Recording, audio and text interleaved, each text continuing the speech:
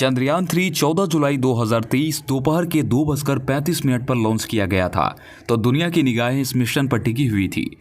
हमारे इसरो के वैज्ञानिकों का चांद पर पहुंचने का सपना हमेशा से रहा है और इसलिए इसरो ने पहले भी कई बार कोशिश की है, लेकिन अफसोस वो किसी कारण से नाकाम रही।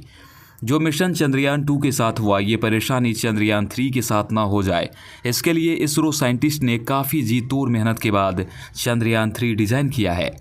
आपको बता दें कि इसरो के पिछले चंद्रयान 2 मिशन में जो प्रॉब्लम आई थी, वो चंद्रयान 3 मिशन में ये सभी प्रॉब्लम फिक्स कर दी गई थी। ये 23 अगस्त को चांद पर उतरकर पानी की मौजूदगी का पता लगाएगा, लेकिन यह तभी संभव है जब यह चांद की सतह पर सही से लैंड कर पाए, क्योंकि इस मिशन में इसरो के सामने कई रुकावटें अभी भी है।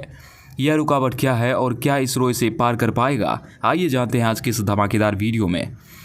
सबसे पहली चुनौती इसरो के सामने है कि चांद पर पृथ्वी के मुकाबले काफ़ी कम ग्रेविटी है, जो चंद्रयान 3 के लैंडिंग को और भी ज़्यादा टफ बनाती है। दोस्तों, यह वही प्रॉब्लम थी जिस वजह से इसरो का चंद्रयान 2 मिशन फेल हुआ था। जी हाँ, जब चंद्रयान 2 मून पर लैंडिंग कर रहा था तो कम ग्रेविटी से इसकी पोजीशनिंग ठीक नहीं हो पाई। जिस तरफ से इसे लैंड करना था, ये उसके उलट गलत पोजीशन से लैंड हो गया और चांद पर ही चंद्रयान 2 क्रैश हो गया। लेकिन इसरो के सभी ऑपरेशन उस समय सही से काम कर रहे थे।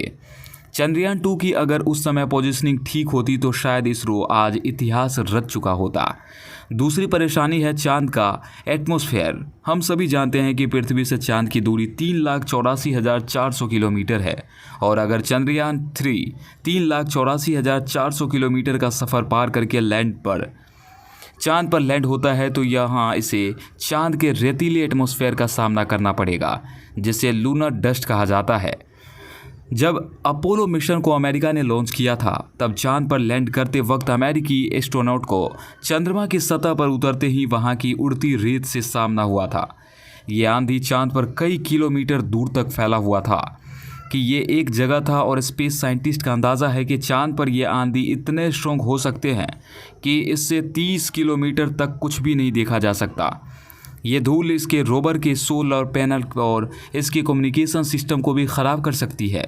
तो आप अंदाज़ा लगा सकते हो कि ऐसी ख़तरनाक सिचुएशन से चंद्रयान 3 का सामना होता है, तो इसके लिए लैंड करके वहाँ से सैंपल इकट्ठा करना कितना हार्ड टास्क होगा। चांद पर यह रेतीली आंधी चंद्रयान 3 को डाटा लेकर आने में प्रॉब्लम पैदा करेगा, जो कि इसरो के लिए चांद पर पानी के होने का एक ठोस सबूत है। इसके अलावा चंद्रयान की सतह पर लगातार मेट्रोइड्स की बारिश होती है, जो चंद्रयान 3 में रुकावट पैदा करने के लिए तैयार बैठी है। अगर आपको नहीं पता तो आपको बता दूं कि हमारी पृथ्वी पर हर रोज़ कई बार मेट्रोइड्स गिरते हैं, उसी तरह चांद पर भी ये मेट्रोइड्स गिरते हैं, लेकिन पृथ्वी पर गिरने वाले ये मेट्रोइड्स इतने पावरफुल नहीं होते कि ये पृथ्वी को नुकसान कर पाएँ, यानी और इनका एक तो साइज़ भी कम होता है। आपको बता दूं कि जब ये मेट्रोइड्स पृथ्वी के पास से गुजरती है तो ये पृथ्वी के तेज़ ग्रेविटी की वजह से एटमॉस्फेयर में गिरने लग जाती है, लेकिन पृथ्वी के एटमॉस्फेयर में घुसते ये पावरफुल ग्रेविटी और एटमॉस्फेयर प्रेशर से गर्म होकर हवा में टूटकर बिखर जाते हैं। ये एक प्रोटेक्टिंग शील्ड की तरह काम करती है, जो हमारे पृथ्वी को बाहरी अंतरिक्ष के हमलों से बचाती है।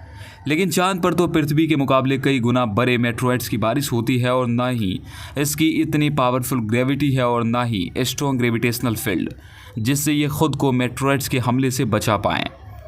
आइए इसे आपको आसान शब्दों में समझाते हैं।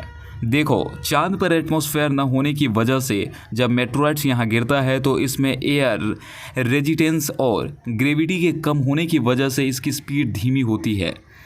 इस वजह से मेट्रोइड्स ख़त्म नहीं हो पाते और सीधे चांद से टकरा जाते हैं। यहाँ कम साइज़ के मेट्रोइड्स 20 किलोमीटर प्रति सेकंड की स्पीड से गिरते हैं और यही पृथ्वी पर गिरे तो ये 45,000 मील प्रति घंटे की स्पीड से गिरेगा। ऐसे सिचुएशन में यहाँ इस तरह का सीन होता है कि मानो कोई बैलिस्टिक मिसाइल से फायर कर रहा हो। ये सिचुएशन चंद्रयान 3 के लिए बेहद मुश्किल टास्क है और यही कारण है कि आज तक चांद एक बंजर ज़मीन है, नहीं तो अब तक तो दुनिया के कई देश चांद पर उतर जाते।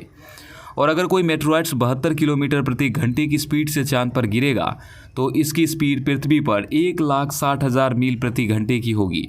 दोस्तों, इतनी गति से अगर सुई पृथ्वी से भी टकरा जाए तो वो भी काफ़ी तबाही मचा सकती है, लेकिन पृथ्वी की अपनी प्रोटेक्टिंग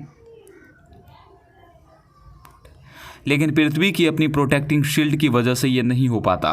तो दोस्तों, ये कुछ चुनौतियां हैं जो चंद्रयान 3 को पार करने हैं। अब देखना है कि चंद्रयान 3 मून पर लैंड करेगा तो क्या ये अपने आप को इन चुनौतियों से बचा पाएगा। आज के इस वीडियो में इतना ही। अगर वीडियो अच्छी लगी तो वीडियो को लाइक और चैनल को सब्सक्राइब करना बिल्कुल ना भूले। मुलाकात करते हैं आपसे अगले वीडियो में।